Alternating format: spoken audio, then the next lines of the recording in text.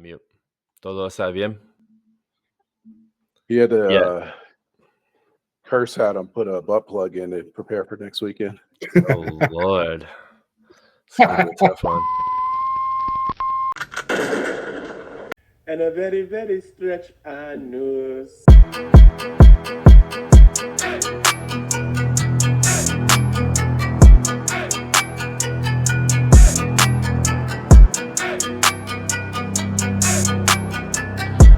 Cool. Welcome to the Any Given Sunday podcast, the official podcast of the Any Given Sunday Fantasy Football League. I'm Rebel Scum, joined here with the regular pod squad crew, the commissioner, Seabird Frog. What's cracking? What up, man? The motto of this weekend is survive in advance. I was surprised just how much I was into the consolation bracket, man. The most intense game of the season for me. Win or go home. Well done, sir. Congratulations on that win. Thank you for hosting yesterday, and thanks to your wife, Alexis, for preparing a lovely meal, and for also hosting us, too. We appreciate all of that. Quan, how you doing, brother? All good. Quan's in the house, man. Bye week is over. It is time to play, fellas. So no more resting. And got T Ruth up next. Arch rival T Ruth. Literally no more resting, as in falling asleep on the couch on a Sunday afternoon because you're so relaxed and just satiated and feeling great, right? You know what? Thank you to Alexis for and Lennon for hosting. Lex with the shrimp and grits came through and knocked your boy right out for the second half of the football games. Duplex that Lou, you're usually awake because you usually do the cooking, right? So it's rare for you to be able to sit down, relax, be fed a meal. That induces it induced a nap in Rialto and in Hawthorne, man. So I see a trend going here. Don't know what to do, man. That's a nice background there. Very festive here, man. You like my fireplace and fire? Yeah, it's moving, and I mean, it looks like you're really there. I don't know, man. You might be jinxing yourself by not having the GOAT background going into the playoffs. He'll make an appearance right now soon. Here you go. Welcome to NJC. Good to see you again this week, man. What's up, man? Happy to be here, man. I was sweating bullets, bro. I was at any given time, Addison can go off, man. So this whole evening, I was just hoping for just no points. So one more week, we stay alive. Well, it helped a little bit yesterday that DK had kind of a quiet game, so it was all on Addison's shoulders tonight. It helped, man. When I saw Kansas City put up a quarter, and I'm sitting with less of a dime on my starting roster, I was hoping that was the only one because for any of you guys who watched your bench put up points and not your starting roster, it's a terrible feeling. So, yeah, I had the fortunate luck of having neither put up points, so I didn't have to really worry about it. This was absolutely my worst performance I can ever recall. 55.5 points. Go ahead. The worst postseason performance in AGS history, potentially. Is this? I mean, I know it's postseason, but it's like postseason adjacent, so I don't feel too bad about that. But it wasn't for nothing. The fantasy gods answered my request last week. I said I didn't care, and they said, "All right." But these gods, these disfavorable gods, never answer my other prayers. So shout out to Queef Swallower, Quan's 2.0 team, his favorite squad of the week. They've carried on your winning streak. If you doubled your wins and his wins, you'd be at like 16 wins already consecutive. So congratulations, though. Real talk to Queef Swallower. You put together a good one. And Frog, that's gonna be a tough matchup, and your biggest game of the season. So good luck to you in that one. Thank you, sir. Yeah, and I want to shout out the other winners of the week. We had aforementioned New Jack City. Congratulations on beating Penthouse Pimps. It got close there, but really Lamar Jackson, he might be the next Henry report. If you win this year, I think we do a Jackson report. It might be that case, man. I'd take Malik Neighbors over a 5th-round pick that turned into a defense, but sure. Over just hanging on to, okay, well, all right. No, sure, I'm saying I mean, Derrick Henry was traded for nothing. Yeah. It's still to be determined what you get with that 2nd-round pick. Yeah, it's another pick in it, but I feel like I already have more than what Voodoo got for Henry. But this could lead to a back-to-back and maybe, whatever the future may hold. That's a pretty sizable haul too for a trade that we definitely clowned him on, especially that first week right after. I think Lamar Jackson laid an egg, and a few guys were kind of elbowing themselves like, this idiot gave up a first and another pick the year after, a second or whatever it may be. So also, BC's the only one who had the balls to make an offer. 10 other teams had zero interest in Lamar Jackson. Yeah, well, one of those teams, my team, had no point. So, I mean, think of it. That's a shout out to you're calling out the teams that were actually winning last year that could have pulled the trigger to move the needle into contention. But again, congratulations to you, NJC, for surviving another week. And yeah, congratulations to T Ruth too. That's a dangerous matchup for you, Quan. The truth. I don't like playing T Ruth at all. But yeah, dangerous matchup. I think the only advantage I really have is that quarterback. So that's it. But Henry's got Pittsburgh, so maybe that'll slow Henry down a little bit. But we'll see, man. Well, at least you have an advantage, bruh. So that's a blessing you can count. Anything could happen, and he has a team where anybody could just blow up, put up points. Yeah, it seems like, and he has the good fortune of when Derrick Henry has a bad matchup or underperforms like this week, 6 points. I mean, he's still got other guys on there that just pick him up and carry him to the finish line. So not envious of that option. Well, Quan, you mentioned his quarterback situation, and I don't know if you're still with us, but I was going to ask you a question about the lengths you went to kind of disrupt the quarterback market going into this week. Did he just walk away from the podcast?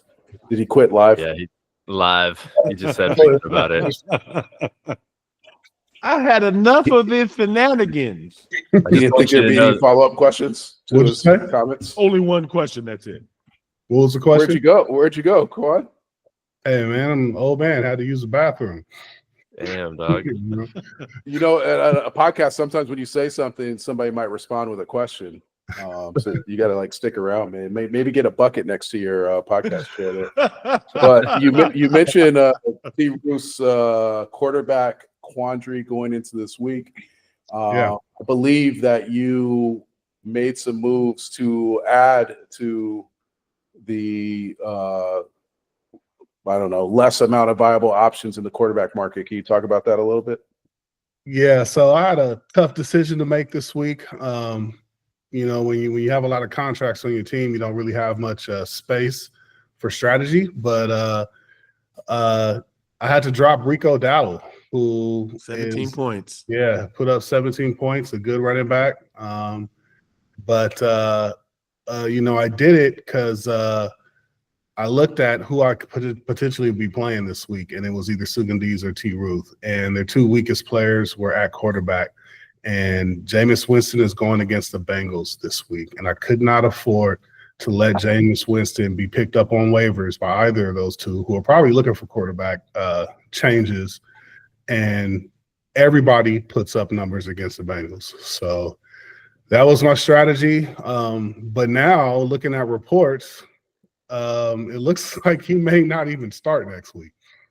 So wild shit, man. Yeah, which is crazy. So you were playing some next level fantasy football chess there, and you might have got hoodwinked out of that whole other. Rico Dowdle is a valuable chip there. It stung to not even see the first notification that he was dropped, but see the second one that he was picked up, because I would have welcomed him back with open arms. Like, I'm so sorry. So sorry. Come back. I made fun of your name. Your name is so nice right now. It's I so nice. and I was like, all right, let's see. Who's going to pick up Rico Dowdle that after I drop him? And I looked, I was like, okay, it's either going to be Lennon or Nick. Either one of those squads, both of those kind of need running backs. And of all franchises, Sugan picks him up. And I was like, what the hell happened to everybody else? But I guess, it's every man for himself. Guys, yeah, that was a good snap. If you had picked him up, you could have broke 60 points, Scott. Yeah, maybe 72. I was preparing for my long trek westward, so I missed out on that one, man. And yeah, it fucking burns. That's tough. Getting back to the running game, I think T. Ruth picked up James Conner in the second round, right? Mm-hmm. It was a second round pick. I know, and I'm pretty sure I could go back and listen to that podcast, that post draft one, and hear myself say something like, James Conner was an uninspired pick, and he just didn't really move the needle for me. And then see him do 29.5 and see him just be a workhorse all season long. And not get injured all season long either, which was like the biggest risk. Crazy because he's never played a full season. So this is insane. That's why I would love him, because he gets hurt all the time. But man, he hurt everybody who played him. And it was his first round pick. First round. So McLaurin was the second round. McLaurin was the second round. Okay, I got that twisted. I thought McLaurin hit on both. Wow. McLaurin, he did. Dude. He hit on in front of him. When you hit on the first and second round pick, man, that's a huge game changer. You mean you're in the playoffs and in the semifinal game? Yeah, right. I think so, man. And we go back. You can check the receipts. I think we poo-pooed his draft. I'm very sure that we. After McLaurin, there was no third round pick, and then the trifecta of Evan Ingram, Brock Purdy, Cleveland Browns defense.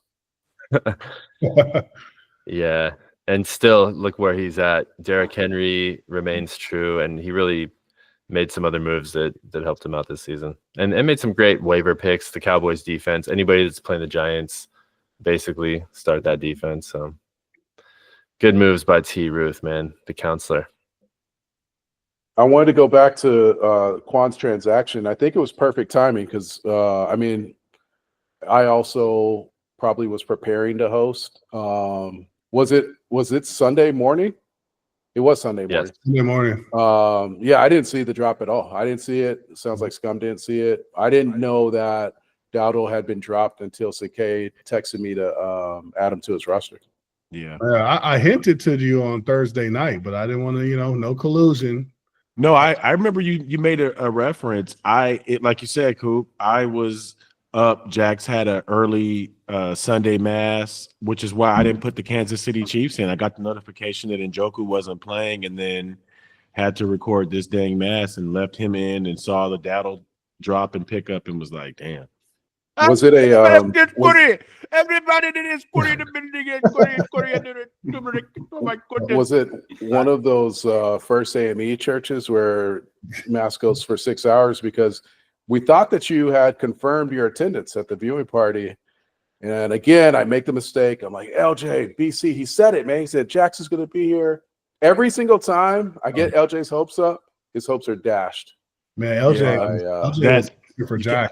I don't want to, I'll take the blame on that one. I'm not going to blame anybody else that's not on the podcast. But let's just say after mass, Jax decided he didn't want to go home with me anymore. And so I didn't even have Jax to bring with me. He went with his mom to celebrate his birthday. Speaking of, that is baby mama. Okay, well, baby mama, yeah. Let me just. Speaking of, I do want to take this moment. Baby mama words. Let me just take this moment before you shit on the NJC to wish my son a very, very happy 11th birthday. Today is his actual birthday, and I'm very proud and happy to call him my son. It's been a blessing and a gift, and I just hope to see another 11 times 11 times 11 years. So I love you, son. You probably watch this in like 6 years when you're of age, but I love you. All right, Joey's Happy back birthday. on me. That's cool. Happy birthday. Happy birthday. Hey, perfect timing. Sugandese dropped in. Welcome to the pod, Sugandese. Consecutive weeks in a row. Great to have you. Good to be here. Good Every to be appearance here. on the pod, Sugandese calls in from a different part of his house. Yeah, He's tried it all. it's He's got like a new hoodie on tonight, a his hat. girlfriend is like reducing the areas in the house. We can act on the spot. Now You are in the corner. in the kitchen. Yeah. Well, no accidental post-shower walk-bys tonight, hopefully. Yeah, all right. Well, maybe we'll catch a little reflection in the glass. It's kind of a poor setup there for anything that goes on in the background. But hey, don't spoil it for us, man.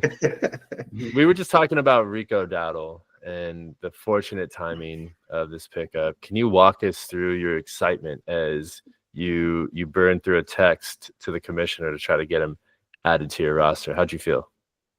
Yeah, I was panicking because I didn't want to go into this matchup with Najee Harris and Ramondre Stevenson. And then it's like God just sends me a perfect Hail Mary. And Lou drops Rico Dowdle, and I was like, oh shit. And then I kind of had to who do I drop? And then so no, it was clutch, man. I thought somebody was gonna beat me to it, but I'm surprised no one did. Well, clearly it wasn't Matthew Stafford who threw that Hail Mary pass to. It definitely wasn't Matthew Stafford. Did anybody else even try to pick him up? Coop said he didn't even know until Sinkay hit him with it. Try to pick him up? Nobody, huh? Sinkay Sugandese was the only one to get it in, and once the transaction was confirmed, that was a wrap. Sugandese, just checking really quickly. Did you just call Quan your Shiva god, your Vishnu god? Yeah. Brandon, they say one man's trash is another man's treasure. And, he was for sure. Yeah. Well, the good thing about that transaction is I don't have to worry about seeing him this week. No, that's very sad, man. Rico Dowdle, he puts all this work in for the #1 seed, and right as the postseason begins, he gets traded to a team whose season is now over. So, Rico Dowdle, enjoy the offseason. I'm happy that Herbert found a home that's not going to be against me in the next 2 weeks. So, yeah. Herbert and his bum ankle will be available for anyone's home. That ankle stays bummy too, just year to year. Another bum ankle, man. Maybe overrated. Maybe hitting overrated territory here. He's not really been a great fantasy football quarterback since he had that breakout season. It's a little Carson Wentz-esque there. Wonderful. Hey, speaking of quarterbacks, Sugandese, you were a part of this, man. T. Ruth isn't here to talk about it, but just tell me, what was it like watching that barn burner of a Thursday night football game, Stafford versus Purdy, for a real playoff game? I don't think I've seen such a poor performance by two starting playoff quarterbacks in AGS history. Yeah, I actually didn't watch it. I think I watched like the first 5 minutes of it, and then we had talked about it on the last podcast. It was holiday party Armageddon. So I saw the first 5 minutes and kept checking the score. Thought the app was broken because yeah, I was like, am I in a bad spot here? The fourth quarter. I was like, oh, maybe my Wi-Fi is just not good here. No, it's like 3-3, then 6-3, then like 9-6, and then at that point I was like, yeah, this is a shit show. The only saving grace I had was that he had Purdy, so I was like, okay, well at least there's that. But yeah, no, you never expect your quarterback to get less than 10 points. And I feel like I broke the record for quarterbacks getting less than 10 points this year. Hell of a record to break. Hell of a record. So that was fun. Made the playoffs. Still Yeah, in what They was- still made the playoffs. Was the Adam Thielen start? What was that? Was that just like, hey, I want to give the old male one last goodbye before he's irrelevant in fantasy football? How did Adam Thielen of the Carolina Panthers earn a start in the 2024 AGS playoffs? Well, his last 2 games before this one, he put up like 16 and then like 24, something like that. It's the trap. Yeah, and the last week was versus the Eagles too. So I was like, oh shit, well maybe Bryce is just feeding them. He's playing the Cowboys, good matchup there. But yeah, it just wasn't there, you know. And some dude named Coker comes out of the pocket with an 83-yard touchdown, right? Cocker for Coker for the win. Cocker. Devonta Smith's best game of the season. Best game of the year, first time putting up 20 points. Gotta love that. Damn. Gotta love that. Damn. I mean, I don't think it would have made a difference, actually. You know, even if you threw him in for Thielen, I think you still lose by a The thing that hurt handful. the most, I was going back and forth. Do I pick up Aaron Rodgers? Do I stick with Stafford? Thursday was a busy day. I was like, fuck it. I'll just roll with Stafford. He just put up 40 versus the Bills. He's got Cooper Kupp. He's got Puka. What's the worst that could happen, you know? And then Yeah. Well, let that be a lesson to anyone when it comes to fantasy football. Do not, in the postseason, don't let anything distract you. Christmas parties, white elephant events, potlucks, meeting the Obamas for the second time. You got to go 100% focus on your roster building. With the win, T. Ruth advances to face the number 1 seed Quan in the semifinals. Any guesses on, after a 3-point performance by Brock Purdy and 10 points with Russell Wilson on his bench, who's the starting quarterback? Is the starting quarterback on his roster, or will he fish through the waiver wire when he goes up against the Quan? So the 49ers have the Dolphins. Is that who they have next week? I think it's just matchup based. I think he'll roll with either one of those 2 quarterbacks. There's not too much out there, man. It's really the Snickle Fritz this time. Derek Carr. It's Purdy versus Dolphins, Wilson versus the Ravens. Yeah, with no Jameis Winston on the bench to on the waiver wire. Slim Pickens. Wow, who may not even play. So you said earlier.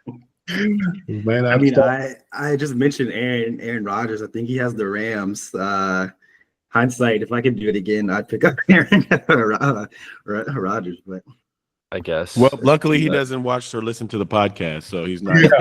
He's never gonna know. Is that join because he's told you, or that because you keep his calendar for him? Yes, because he's told me. Calm down. Don't worry, BT and Blue will be texting him right after the pod. That's not true. He does listen because he did text me and he did claim that he wanted to join. So he doesn't listen often, but he certainly doesn't join either. Hopefully he can make it. Hopefully he can hit us with a surprise here at the end of the show, like Santa Claus on Christmas Eve. Just come in and to cheers and enjoy. Well, I don't know, speaking man. of Papa Thman and NJC being put to work this weekend for Papa Thman's Christmas party, and the fact that he just rolled up some trees there, El Mexicanos said he was in town from the East Coast, had the time of his life at T. Roof's Christmas party, had the opportunity to go to an after party, and he said he was just feeling it, having a great time, and made the lethal mistake of having a smoke with BC that just completely ruined his night. Apparently, he started getting paranoid and had to call an Uber to escape. So Dude, It's funny how that comes full circle because let me tell you the part of the story he left out. So when we leave the Christmas party, we're on the freeway and I put on DJ Quick Rhythmalism. As you recall from about 20 years ago, Coop, we were in the back of his Honda in View Park doing the same thing. Doing the same thing. We were passing a blunt around, listening to DJ Quick, and I got paranoid and wanted him to take me home and drop me off. I guess it came full circle, baby. It did come full circle. No Ubers 20 years ago. No, I would have had to walk. Lenny, you weren't there, but Mark was so down the deep end of paranoia at the after party. It was like insane. Like every time he would come up to us, like, dude, I feel like everybody's looking at me. Like I just like this was the worst decision ever. I was like, and the thing is, I was like, nah, Meezy. He's like, no, I'm not gonna do it tonight. I was like, good, Meezy, because the last time you did it, you fell out the back door of the bachelor party. So let's not do that. Did not even know how to stand comfortably. He was standing and was like, I don't know where to lay my hands, or he was moving around. And it was it can get you. Oh it man, he was on the deep end and not even realizing that he looked perfectly fine.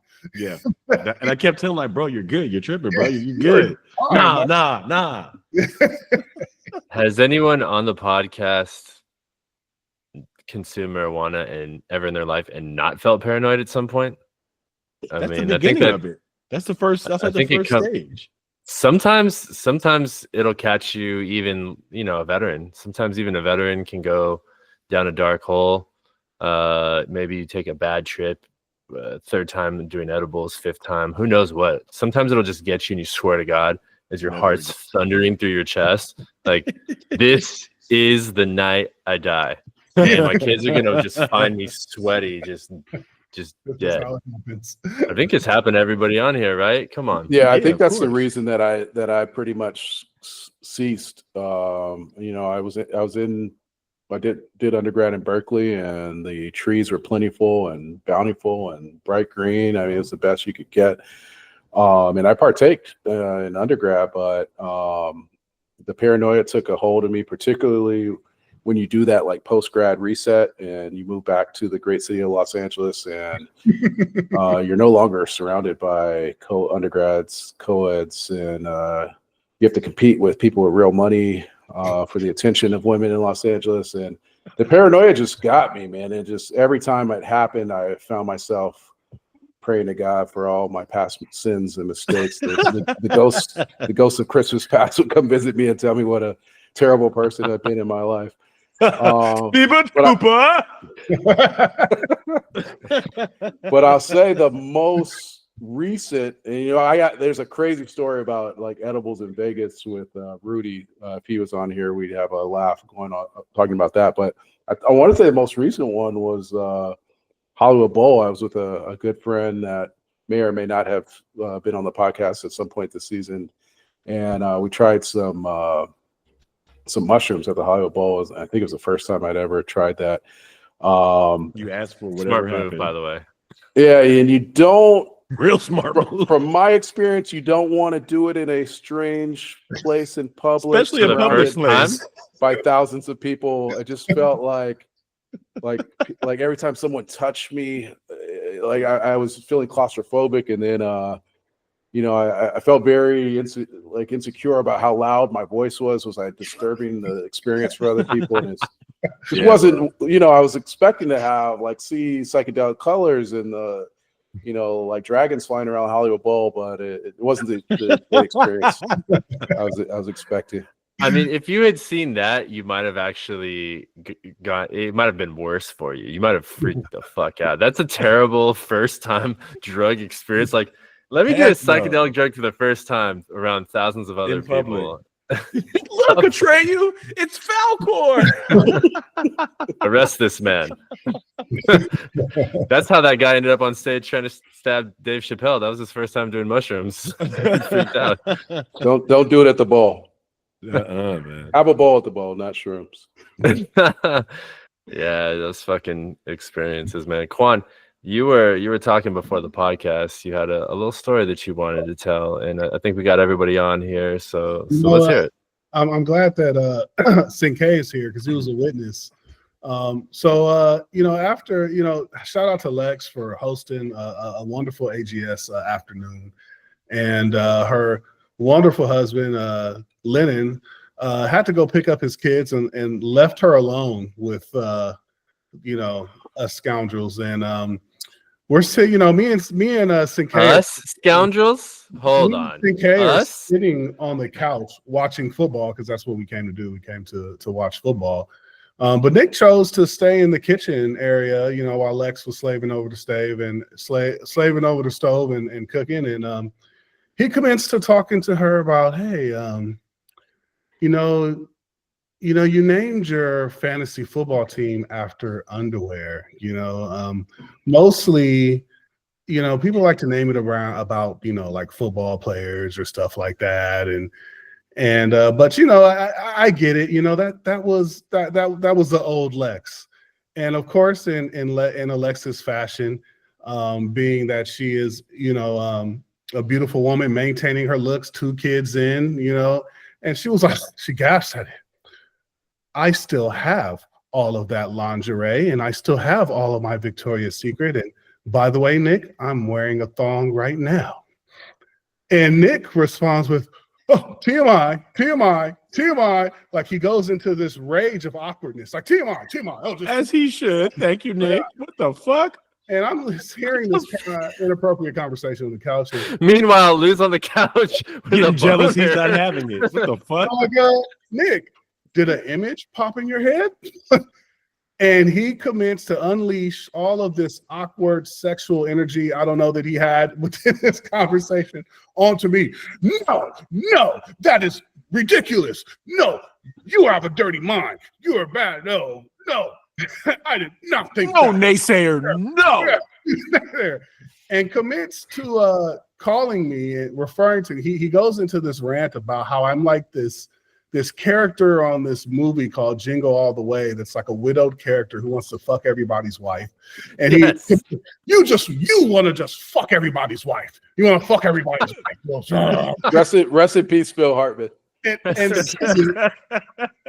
I'm thinking that's the end of it. But he calls me this guy like another 5 times all night. And I think it was after you called Alexis beautiful. I think it was after you referred to her as beautiful. That comment just affect him and send him into this whirlwind of guilt over Well, I'll this. tell you what, man, you guys should not be surprised that my wife wears thongs because that is a requirement in a Seabird Frog marriage. There's been at least one notable league member who said that, who was shocked to hear that wives wore thongs because his wife retired any sexy underwear years ago. And yeah, I can't, man. It's something about that little line, between the cheeks that does it for me. So thongs will be worn, as long as they can be worn in my house. No surprise here. I left my wife there with her family, Sinkay, who should have been, right. He was probably just sitting in the corner chuckling like that right now instead of defending his older cousin. The gay had to go clean the Slurpee machine. He wasn't there. Oh man! But two-thirds. I'm wearing a thong right now. 2/3 of that story. Up, huh? It was hilarious. Yeah, that's exactly what happened. 2/3 of that story is true. All of that took place about the Victoria's Secret, and then she did make that announcement, and I was like, and Lou, absolutely like a turtle with a head coming out over the couch, just woo. and then later refer to her like is beautiful, like, hey, thanks, beautiful, and it's like. That was when I thought of Phil Hartman. I was like, you're fucking Phil Hartman. You come over here and you're like, looks like you could use a little touch up on the paint over here. You got a friend in me. Yeah. I could be wrong, but it felt like the beautiful and the emphasis on the beautiful was just the running joke that started in Cabo and exactly was continued all season. Exactly. But you forgot to mention the picture that Lou took of the tree. Yeah, it was interesting. he wanted to show his wife what a well ornamented and lit up and decorated tree looks like. And in the corner of the tree, you could see my wife with a little bit of stomach meat hanging out from her shirt. What? Like that sexy little sliver of skin. I was like, oh, is this a picture of the tree or is this some spank bank material? God, Stomach Christ, meat? man. Hey, that was I felt bad that I wasn't in attendance, but after hearing all these freaking wife swapping fucking stories, these kissing cousin swapping stories, I don't know what the hell. Unlike you, NJC, we may not be tranny hunters, but we are MILF hunters, and we hunt the same MILFs every day. Yeah, well, much love to the LGBT community. I am proudly an ally. Speaking But of that, again, I'm only an ally. NJC, you say you're only an ally. Are you going to speak on it, or do I have to speak on it, NJC? Oh God, what are we speaking on now? Because Jamon and myself weren't the only two people to host a party this weekend. I think you hosted a party as well. And you chose an interesting location for your party, Hollywood Boulevard. My party. At the party that you hosted for Jackson, who you shout out for his Shit, here we birthday, go. there was a unique host that greeted all of the attendees of the party, including me and Mark Sam. And we walk in, and there was a Filipino shim that welcomed us to Jackson's party, wearing a long black dress, a hat with a feather in it, and a huge mustache. And I just couldn't. He was trying to tell me about virtual reality, and I didn't really understand the words that were coming out of their mouth. I did my damnedest to get a photo of NJC and his tranny host for his birthday celebration, but I purposely stayed way away from Brandon Captain was Crack running away Sparrow. from his host. Mind you, this host is It was the kids Captain on- Crack Sparrow. That's what that was. You called him, what was it? Pirate. Tranny what pirate was it? hooker? Jesus. Wow. And this person Wow. is like putting the VR goggles on the kids, holding the birthday cake while Jax blows out his candles. Oh, with DC. with eyeliner, mascara, and a Tell us specifically Twisted why you mustache. chose that host to host your child's birthday party. No, actually, I didn't. Luck of the draw. Hey, first of all, shout out to Kuya for doing his thing. All right. Shout out to Kuya for doing his thing. Very well I versed in mean- the world of VR. Took her job very seriously. Much love There. to the LGBTQ community. Much love. Much love. Love. Shout out to Kuya. Shout out to Kuya. What was the VR experience, by the way? What was the song? Can you expand upon that? Yes, I conversation? shall. Anyone on this podcast who has a child over the age of 6 knows that all they do is sit on their iPads or their devices and call their friends on FaceTime and have this weird playing experience. So I wanted to kind of translate that to something that there was an activity where kids moved around and actually moved. So I found this place that was a complete VR place, laser tag, like zombies, like, something for the kids to kind of still Hunting. do. They made it hunting. There was zombies apparently and trannies in the trap. So but I just wanted the boys to kind of get together and, kind of have some activity and movement with the same kind of thing, so they can just get the hell And out. get the And full fuck NJC experience. There The are full NJTC experience. there are virtual reality studios much closer to home. What made you choose this one over the others? Well, it was on Hollywood Boulevard. It was kids. I figured they would have, fun with all the, the fuckery that goes on there. The kids are kind of at that age before they become teenagers, but no longer little babies. So, kind of a, So you weren't Yeah, you weren't seduced into making that decision. no. Shut up. I was gonna say Hollywood Boulevard is widely known as a child-friendly environment, a place where definitely Yeah. It was so friendly. There was there was a guy with these big snakes, and there were these There was an overweight Spider-Man who looked really dingy. He looked really inviting. We know who had a big snake for you, NJC. Oh yeah, Captain Crack Sparrow. First of all, and that's multiverse Spider-Man. By the way, it's totally canon. All right, it's canon Spider-Man. Yeah, Hey, man, I will say to that point, NJC, you know, it was a boys' party. My family had another event to go to afterwards, so Audie was with me, and she actually, that Hollywood experience, she got to live it out, man. She met all the characters. She went and got ice cream at Ghirardelli across the street, and we ended up, she went with her and her uncle Mark to a rooftop bar at the Wax Museum, and we got to share cocktails with Zendaya, so she got the full Hollywood experience. That's good, man. She would not have done that without you choosing that location. Thank you. Or seeing Captain Crack Sparrow. Shout out to the Kuya. Guys, I don't know, we're pushing 40 minutes. I got no more stories to tell. We got We've got curses. Curses. Yeah, let's talk next. Let's talk this week then. I mean, we'll talk this upcoming week. All right. Let's talk this upcoming week. We know how you're feeling. This is the first time. I mean, how many times this season did you come in as an underdog? This is not common for you this season. Me? Yeah, sorry. Let me take that one back. NJC, you have a tough matchup this upcoming week. Yeah, and you weren't an underdog. You were not an underdog often this season. I mean, how's it got you feeling? I mean, I'll be honest, man. You know, last time around this year, I was looking to, you know, see who I was going to be playing in the championship, man. I couldn't tell you, bro. I'm going to be studying defenses. I mean, every point is going to matter this week. This is not a week where you can afford to leave anything on the bench. His team is going to show up.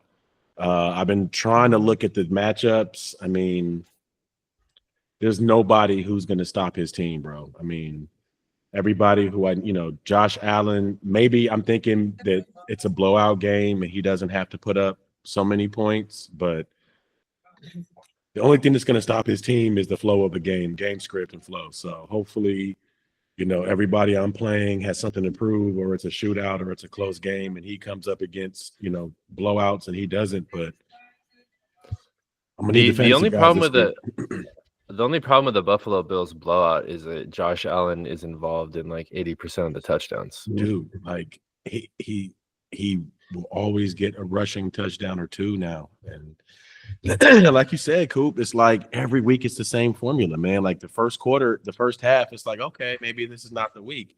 And then you look at his score at the end of the game and he put up a 60 burger, bro. Like, where do these come from again, dude? Well, the good thing is the curse is currently dealing with a downward trajectory in scoring. Last week he scored 215. This year just only a mere 171. So you're only, if he continues that trend, you're only looking at him putting up about 130 points next week. I hope that's what we're doing. Let's keep that trend alive. Because when you say only 171, I'm puckered, bro. Something fierce. What are your thoughts? Lamar Jackson's been killing it for you all season. He's going up against our Capper brother Mike Tomlin and the Pittsburgh Steelers next week. How do you feel about that matchup?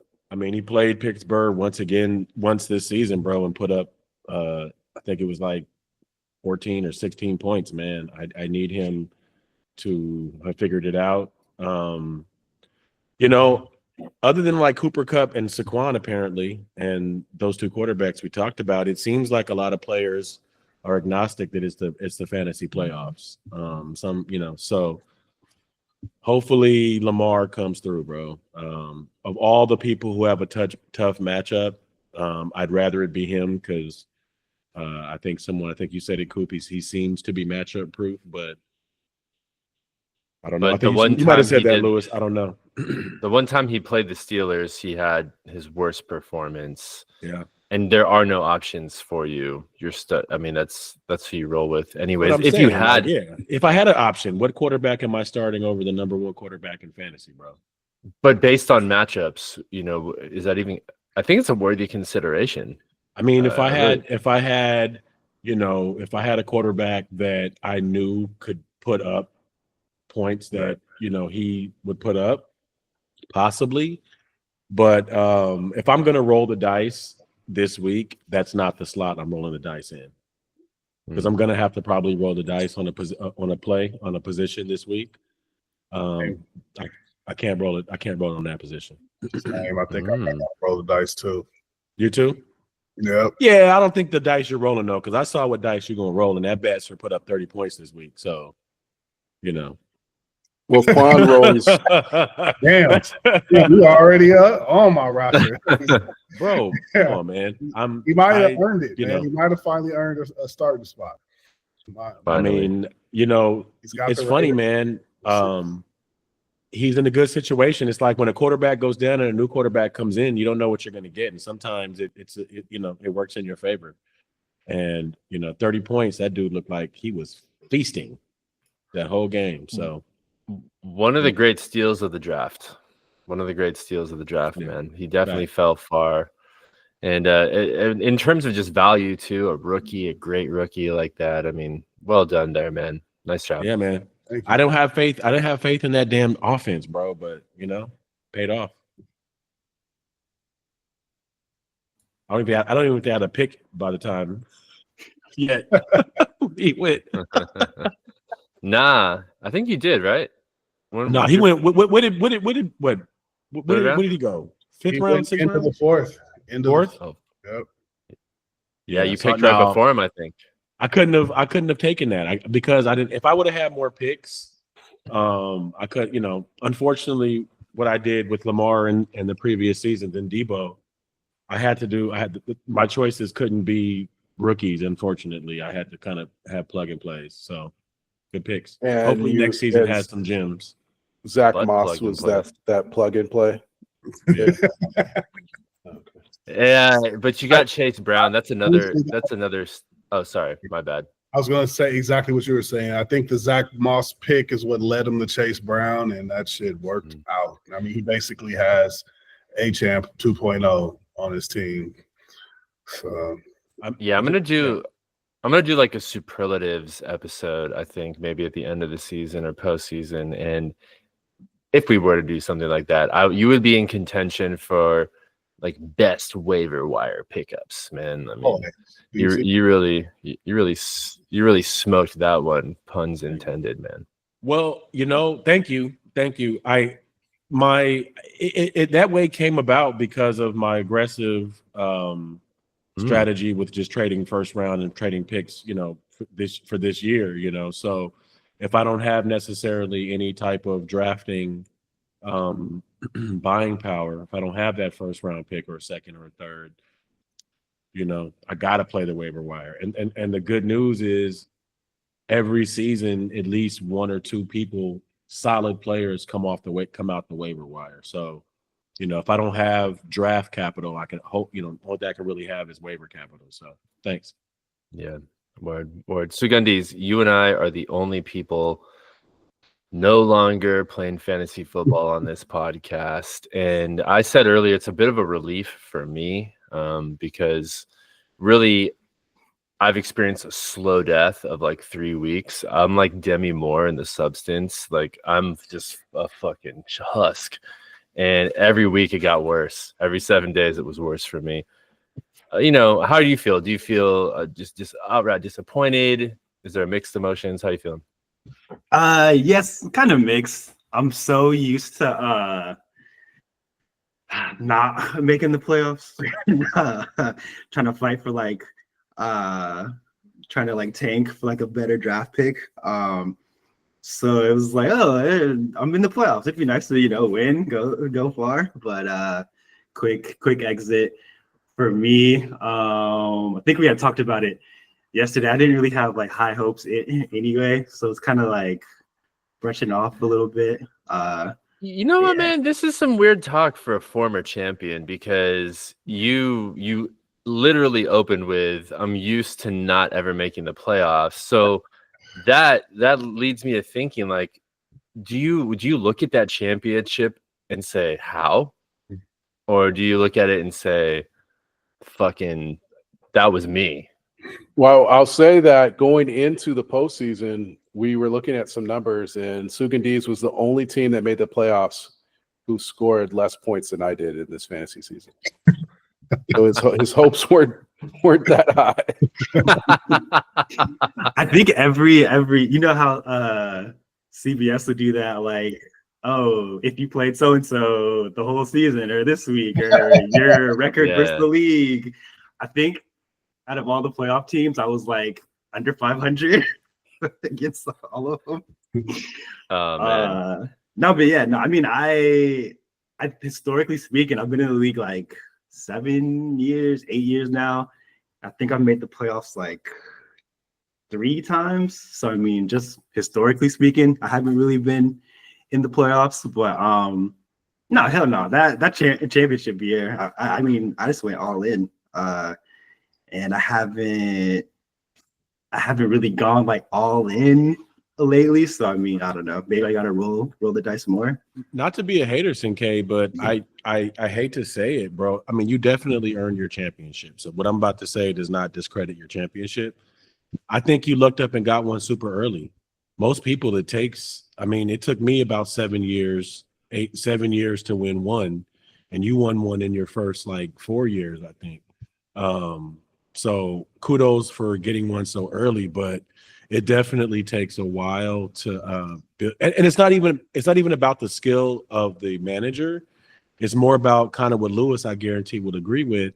It takes a while to build a winning team, man, because depending on where you finish, how many keepers, just the maturation of your dope players at the time you bring in new players, it's timing, bro. So, I think, once you start building pieces, because Jay Jett is, dude, that dude does not stop catching the ball, man. So once you just start putting a couple pieces together, get a solid, workhorse running back, get a quarterback, you'll be straight. I mean, that's really what we've been talking about all season, man. It's the game is evolving in front of us. We've been so busy talking about, is it more difficult or competitive when these people were in versus these people? The game just evolves. You know what I'm saying? Whereas running backs used to be really, really strong. Then for a while it shifted to receivers. Now it's back to running backs, but now it's also quarterbacks. So you just got to put those pieces in place and let them just start making money for you. So, and because the game has evolved, Lewis did it. Because the game has evolved so much, when you have a team that goes on record willing to draft a cornerback with their number 1 pick in fantasy football, you let them do it. You don't talk them out of that. He's gonna play offense, guys. We need the whole league to just like keep some cards to yourself. Let's stop giving advice to other team owners. He probably would have figured it out when he went to the receiver stickers pile and was like, wasn't there. Are there write-ins? I'm just gonna Hunter, I see Tranny, but I don't see Travis. Oh my god. Imagine like, I think you got to write that in, Boo. I think they just forgot it. Hey, write-in candidates are welcome. Nick, I think your question about the season coming in it's a theme around this time of the year, despite the fact that we're going into the postseason and there's excitement. All these at this point, I would almost say I'm rooting for Quan because he's the only one who only has 1 championship, right? If NJC, Curse, or Truth pull it off, one of those teams now has 3 and is nipping at my heels. But to go back to how I started this statement, it's that time of the year, man, where we had all that excitement, all that hope in San Diego, all that fun, and it just goes by in a blur, man. And now it's Christmas time, and we're faced with the fact that, I think having the family around Christmas, despite how joyous of an occasion it is, it reminds you that this is your reality for the next 7 months. We're losing. You're supposed to get gifts on Christmas, and I'm losing my favorite toy. Yeah, it does suck, man. Yeah, it does suck. Even if you make it to the finals, the championship, you win or lose. January 2nd comes around, and you're like, now I got to spend money on Valentine's Day and my kids, taxes. I get it, bro. And then it's like it's like the Thunderdome of sports, because then it's like you got the last bit of football, and it's like Walking Dead, man. I mean, at this point now we've lost. Me and Queeswell are only in consolation. At least we have something to play for, it definitely kept me glued in this weekend to paying attention. But at this point, we've lost 6 of our fellow owners. Like, right, they've met their maker in the Walking Dead, any given Sunday season. And after this week, Queef Swaller and myself, no matter who wins or loses, our season's over. And then there's only 4 left, and only 2 playing for a chip. Yeah, and I will confirm that once the fantasy football season ends for me, wherever it ends up, I rarely watch the regular season games. I'm just more apt to filling in that time. The playoffs are a different story, but and then the real sadness is after the Super Bowl. Then it's like, fuck, man, this is bleak, dude, because the Lakers are shit. And I can't even watch good basketball. So I'm fucked until April when baseball season starts again. And basketball is just kind of falling off, man. I used to be such an avid basketball fan. When me and Coop went to Intuit Dome and literally left at halftime. I mean, before halftime, or it was so the dome is sick. The dome was sick. We got to experience the dome. We were like, all right, let's get up and walk around. But it was just I feel you, Lou. The game is boring. I have no idea who the players are anymore, bro. I'll be honest. The game is past me. I have no idea who's who in the league anymore. I asked Lou before the game started to name 5 players on both rosters, and I think he got to 3 and tapped out. I want to say we had more fun walking around the lower bowl looking at high school jerseys, at the cool little California high school jersey setup they have. Particularly for me, I just walked from an epic Rams-Bills game, like having so much fun, so much excitement, so much yelling. You come over to this basketball game, man, it was just my excitement was just deflated, man. The style of play too. I think all of us have played basketball. I mean, I remember BC playing basketball at the YMCA where we met. And the new style of NBA, they just jack up shots. I mean, terrible shots, up and down, back and forth. And I was pointing to Lennon like, dude, look, that was for the point guard to grab the rebound, take it all the way up, and then shoot a contested 3-pointer. Yeah. Back to back over again, and over again. I'm like, man, the game. That's the Steph Curry effect, bro. Yeah, the game is just really just taking it down. I think that and Caitlin Clark have helped with the WNBA and a few of the other WNBA players because they're fans who just like pure basketball. I'm not dedicated enough to watching the WNBA. Shout out to the WNBA players. And by the way, shout out to my family who I enjoy hanging out with, even in these dark days of winter. I don't want y'all motherfuckers to think that I don't love you guys. Hey, shout out to my family who apparently you also like hanging out with in the kitchen. Fuck the football. I'm not, You guys. Well, now the football's over. Anyways, who's making hotcakes? Victoria's Secret name. Jesus Christ. Anyways. Oh man. Yeah, I understand, y'all. Like the times when I've been put out, I don't watch football anymore until the Super Bowl. Like I'm angry at football. I'm resentful. So, it also doesn't help that the Raiders they're never in the actual playoffs. So I don't even fucking get to cheer for my team is done by halfway through the season. So football is just tank for Shadur. Tank for Shadur. They're tanking for Shadur. He's going to New York, bro. We already saw the video. I think the Raiders are now leading, right? Because they're It still showed New York is in last place, even with the Raiders losing tonight. So it depends on the next couple of weeks, but no, New York is still first place for first pick. New York still only has 2 wins. They both have 2. They're both 2-12. That's fine. That's fine because like I said yesterday when we were all sitting there discussing this very topic, if it's 1-2 Giants Raiders, I think the Raiders will. Nah, I think they'll get Travis Hunter, and I think they'll just fucking chill. I don't think. Take Cam Ward? I don't know, man. You could maybe. I don't know, man. I don't think they're going to take Ward. It's the Raiders. They're going to do it. Think so? Yeah, I think they're going to.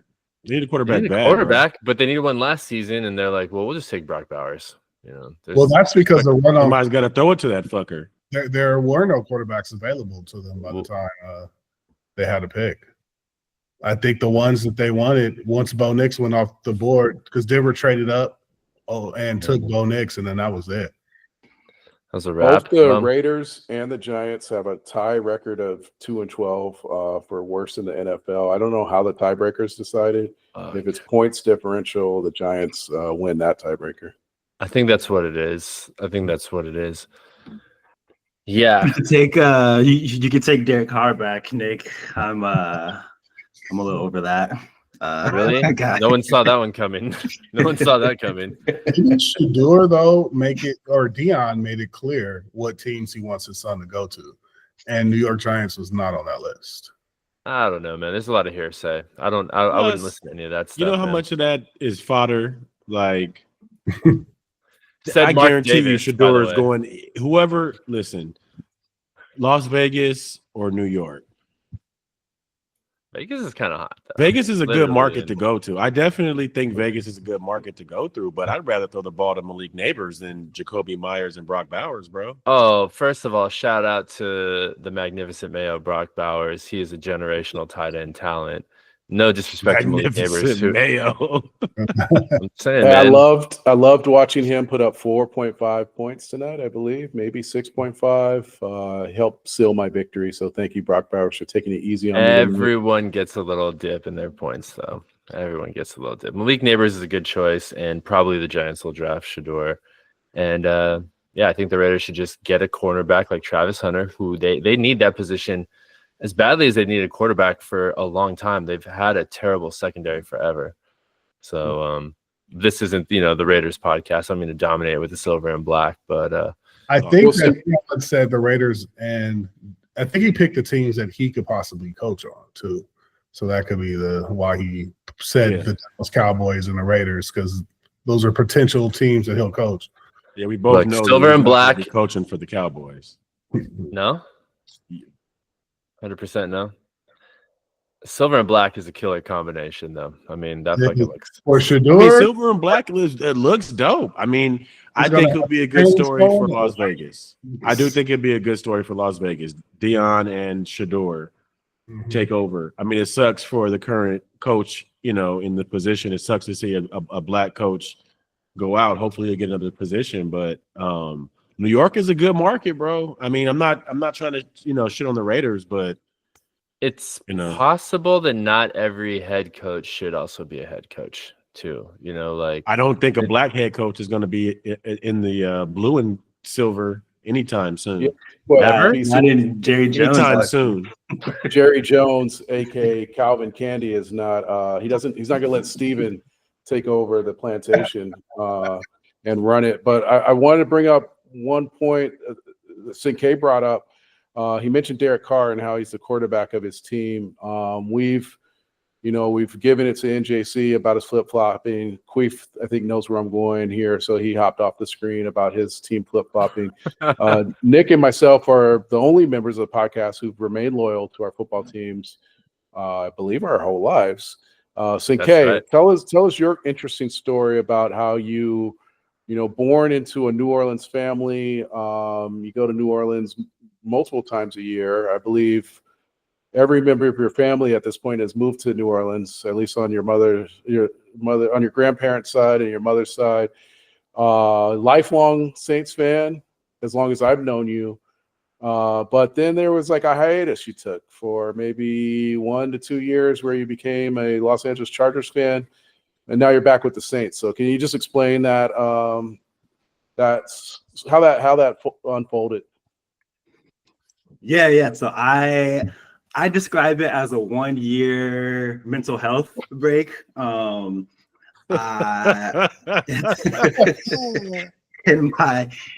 my lifetime, it got hard to breathe under that Aints bag. I never had an LA NFL team to root for. The Rams didn't come till I was like 19, and then the Chargers came when I was like 20. So I was like, it'd be cool to root for the home team, see how that goes. But it was bad. It was just as bad being a Chargers fan than it was. So I was like, I might as well go back to my real squad. So yeah, I wouldn't call it a flip flop. I would call it a little. You did a year abroad. You took a year abroad. Yeah. You stayed at Arizona State, but you took a year abroad. Did you purchase any Chargers gear? I think I got a hat. Wow, too far. You know, I think this brings it back to a point I think Lennon made a very, very long time ago. When you play fantasy football, it ruins being a fan of real NFL teams because you end up cheering on your players more than your team at times. Like to go to the game against Philly and the Rams and watch Saquon run all over the Rams, and then be cheering for Saquon on a 70-yard run in a Rams section with a Rams jersey on, be kind of weird. I think that being so into our fantasy, I'm throwing you a bone here, Sinkay. I think being into our fantasy team so much, I think we actually are fans of our own fantasy teams more than any NFL team. And it gives you that ability to have a mental health break year because you're like, fuck it, I'm loyal to my squad. I'm loyal to the Sugandese. So NFL can suck these. There you go, Sinkay. 100%. Sounds like you threw him a boner, not a bone, dude. That was A slurping boner. Hey, Sinkay. Throwing bones. Were you throwing a virtual reality tranny bone this weekend, PC? Dude, it was wrapped with it had an eye patch and a dagger attached to it. It was weird. It was just weird. Lord knows that's why the thread popped off here about 30 minutes ago. I saw a WTF message come across, and I'm just speculating it has something to do with what we chatted about earlier. Hey, we pushed an hour, guys. I don't know if you guys got anything. I mean, Lou, what's up? I mean, Lou, you got Jamon next week. We talked about it a little bit, but are we in the same boat? Are you feeling confident, or what are we doing? Hell no. This is dude, his team's on fire. So no, not at all overlooking this game. This is going to be a tough one. But you know what I'm really worried about is normally I know who I'm going to start, but now it's going to be a tough decision on who I'm going to play. Like I've started the same team all year. I haven't had to think, haven't had to do it. I mean, the starters I've drafted. Are you farting at fucking TV? Are you farting in the screen, dog? Did you bless us with a curry dust? Damn, dog, did you really do that? He's crop dusted on the fucking podcast. Pick it up. Sorry, the Louis. Fucking mic picked it up, dude. That's how I feel about teams still in it. Your season is over. I guess anything goes. Well, Quan, I had a question. You did see Jamon this week, and was he as bold with predicting that he would see you in the postseason as NJC was when he first saw you at the party on Thursday? Not at Thanks all. for bringing that one up, Coop. NJC was the only one who said right away, "See you in the championship." No. Where else would you see him? If you're going to quote me correctly. You said, "See you soon." See you soon. See you soon. See you soon. Right. But it could have been on a Wednesday night or a Saturday night. Trying to get your hot loving in. No. Overlooking all of no. the face till he gets to me. So I'll tell you one thing. You call whatever you called last week. This week, I ain't overlooking shit, man. I'm not going to say anything and put anything on wax, but I'm definitely paying attention this week. For me, it always appears like at some point I got to go through Jamal. Always. So here we are. I don't think I've had to. I haven't had to go through Curse before. I don't think. The last 2 years I had to go through Curse, and now it's Jamal. So no easy. There's no easy roads to a championship. So well, again, you did play Jamon in the Super Bowl 2 seasons ago. mm-hmm. So you got him there. This is where the real pressure kicks in here, Quan. And I just want to know in advance so I can plan accordingly. Should you take the L, will you be on the podcast next Monday? I was asking that already. Absolutely. Do we? Yeah, Oh, I missed that. I'm sorry. you guys met last week. Yes, I'll be on the We pod. did? Oh, okay. Well, I have to double check every week. We just have to double BC, check. will you be on the pod if you take it out? I'm gonna be on the pod regardless. Yeah, regardless, win or lose. BC, not only is this a fantasy matchup against a curse, but if I recall correctly, the Bryant family have had a vendetta against you for a number of years for being an SS. So there may be more than fantasy football on the line this weekend. Playing for more than the fantasy win. Oh man! Shout out to the Bryant family. I saw a good Jimmy last week. It's been a while since I've seen him. Always good seeing James Bryant. Much love for the curse and all of the Bryant family. So just gonna, we're just gonna focus on fantasy football and hope to set a good roster. Hey, you mentioned Jimmy, man. He left the league to focus more closely on his legal career, and he apparently had a major victory this week, defending a victim of police abuse, I suppose, in the city of San Bernardino. A big not guilty verdict for San Bernardino? For James Bryant. So congrats, F. You pay me on the success man. outside of the league. Yeah, man. Well done. Achievement. In the fucking bird, do man. Where only Jaden Daniels is a good thing to come out of San Bernardino. It's odd that Jimmy had a Thank choice which league to stay in. And it wasn't AGS, unfortunately. Oh, Well, I would argue that he stayed in 0 leagues and that it is his brother, Joey Bryant, that ghost manages any teams he owns. Kind of like how Quan ghost manages Quee Swallows. right. That's how Quan and Joey kind of have this connection. Sinke, I don't know, when they were talking about SS and the good Bryant family, I saw your face. You looked as confused as I did. What's going on, guys? Some things can't be said on wax. Some things really? can't be put on the pod. You fucking put it on the pod. You Let's just say NJC was at the Bryant house checking out the thongs in the kitchen. No, if we're gonna tell that story correctly, wait. it's more like the thongs were checking out NJC in the kitchen. Ooh. Oh. You hear that, Curse? He just added fuel to the fire. Got something to play for now. You tried to bait me. You've mastered the bait. I know the Curse listens to the podcast. You gonna take that, Joe? Nah, Listen to that. hey, that's one thing, though, man.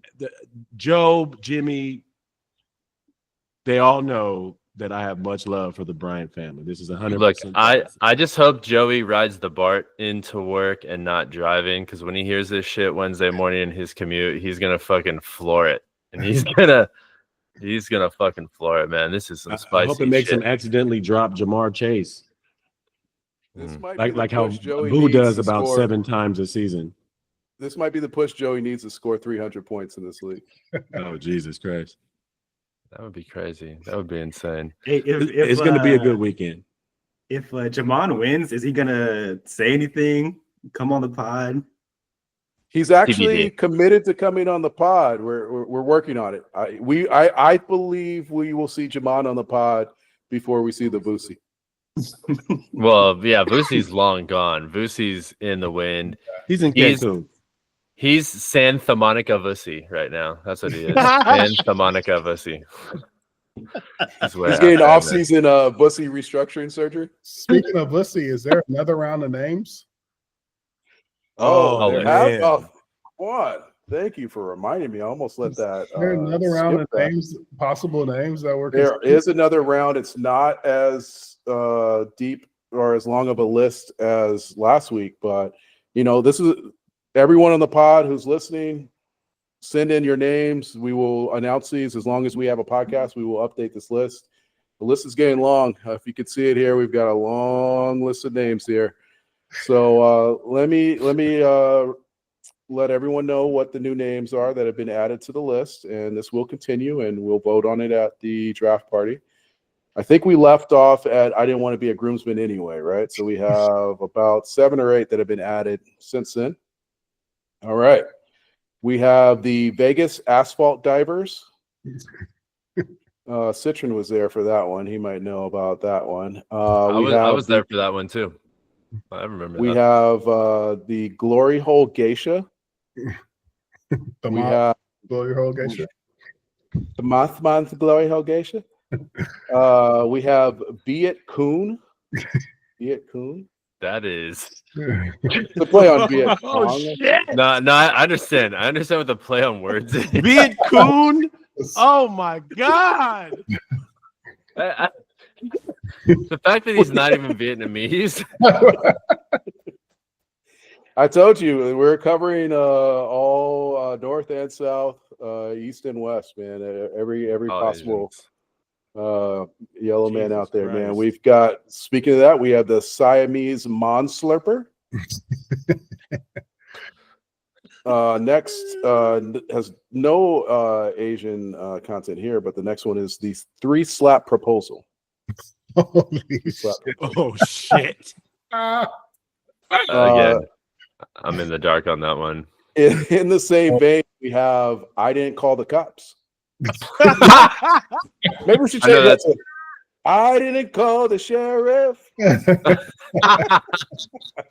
But I do did know call that the story. deputy. But I did propose on a hot balloon. Oh, that's a magical place. Come on. Speaking of hot air balloons, how did you know? How did you predict the next name, BC? Jenny's Barcode. Oh, buddy. Jenny's Barcode. Damn, that's gonna cut deep. Ooh. Hey, you know, when we mentioned that he was in last place, he said, "Give it your best effort." And I think we're getting, you know, only a couple weeks in, we've given it a pretty strong effort thus far.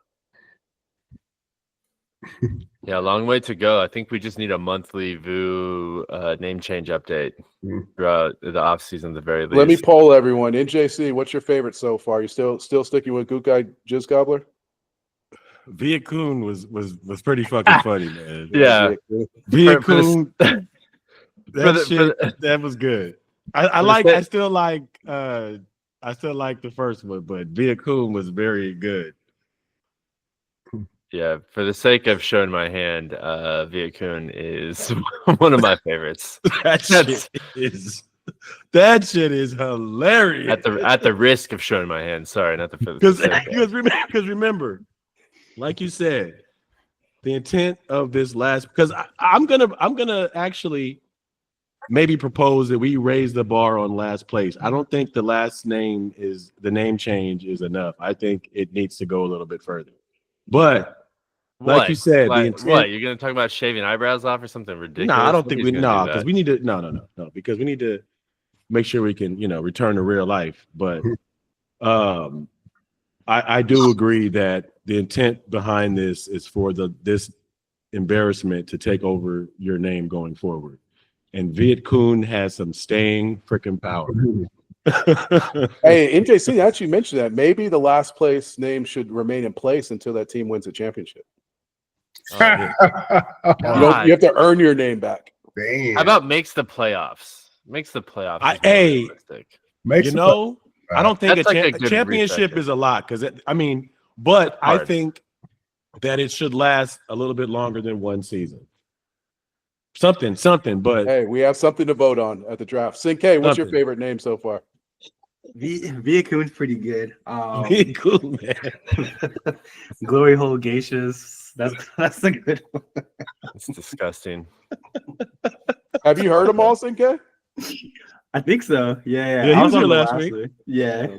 All right. Lennon just wants to read them off again. Yeah. He just wants to say Oh man, something. He wants can to read say them all day Hey, long. so wait, we jizz need to- gobbler. We need to round. Okay, so we can say them again. What? Because we put out about what at this point you've had 20. So what's the top 5 so far that goes to the next round? I'm still sticking with I like Tokyo Titty Boy. That is Tokyo Titty Boy. That's and advancing. Jenny's Barcode is. I think Jenny's Barcode might It's underrated. yeah, it might make him mad enough. Any of those others, But the thing is, we would have to explain why. Do we have to explain why? As long as he knows. That's all Yeah. he has to say. Okay. Okay, so Barcode.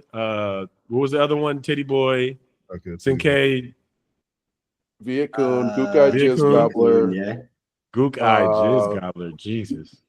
Potbelly Power Bottom seemed like it got a couple votes. Yeah. I didn't want to be a groomsman anyway was a popular one. Good too. Yeah. That random solicitation. Yeah. Yeah, that We random need person. to throw a Rolex one in there too. No, I think the Rolex On the dick picture. cock ring is. Oh, NJC, you like Thamon's balding bottom. Yeah. Yeah. Short, fat guys too. Basic. Yeah. Short fat guy. Hey, the good thing about staying power, Gukai Jizz Gobbler, even though it's spelled Jizz with a G, it's triple G. Jizz G. Gobbler. Yeah. You can't do that. No. Call him a That's- gobbler. You can't. You can call him but jizz with a G that's not Well, correct. It's That's triple G. It's the Gukai Jizz Gobbler. Nah, that's fucked up, man. I don't know. GJG. GGG. But let's think like Japanese starts with a J and so does jizz. So we just need something right there. Another alliterative. Japanese jizz junkie. Jamon's Japanese Jizz Jizz Juggler. Jizz juggler? Jizz juggler. Jizz juggler. Japan's Japanese jizz juggler. Triple J. That's quadruple That's J. Triple J. Quadruple J, dog. That's He hit terrible. the You know what? forfeit. I'm stopping it right there. I'm ending it at the Jizz Gobbler. Any given Sunday. This is actually the round one playoff recap with the guys on here. NJC, the commish, Quan, Sugandese. Thanks for joining us, Rebel Scum. We'll catch y'all motherfuckers next week. Jizz juggler.